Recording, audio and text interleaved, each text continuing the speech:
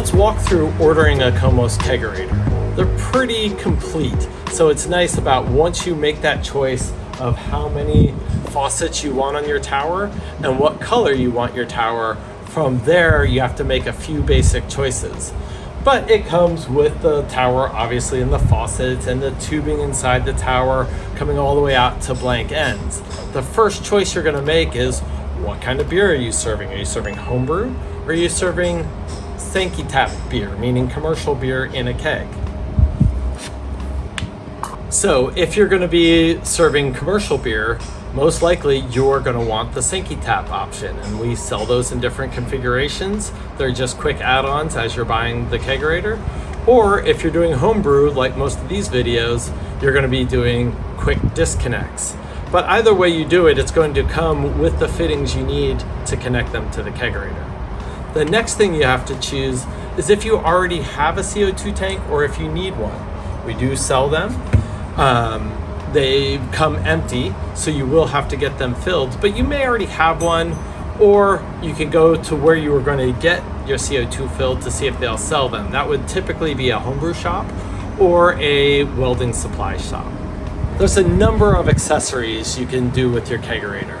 Probably if you're going to be outdoors, I'm not, mine's usually in the garage, but they sell a nice little cover, just like a barbecue cover that just fits beautifully on this.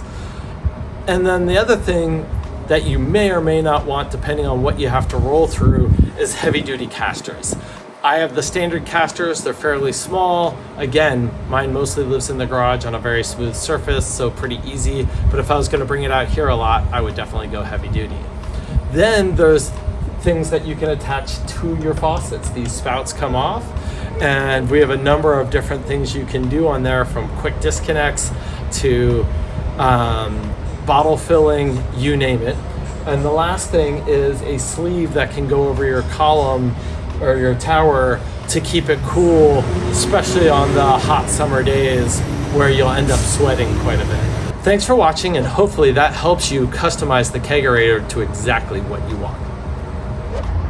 Let's head back to the studio and find out what the kit of the week is.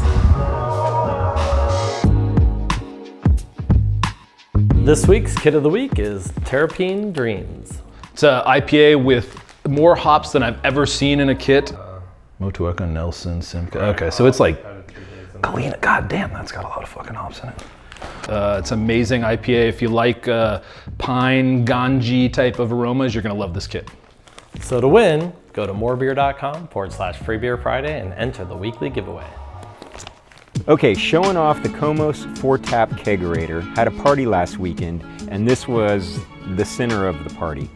You could have great food, you could have great decorations, you can have great people, but the kegerator gets the party started. Thanks for watching. Don't forget to enter the monthly giveaway of a KOMOS Kegerator. To enter, go to morebeer.com/freebeerfriday and enter the monthly giveaway.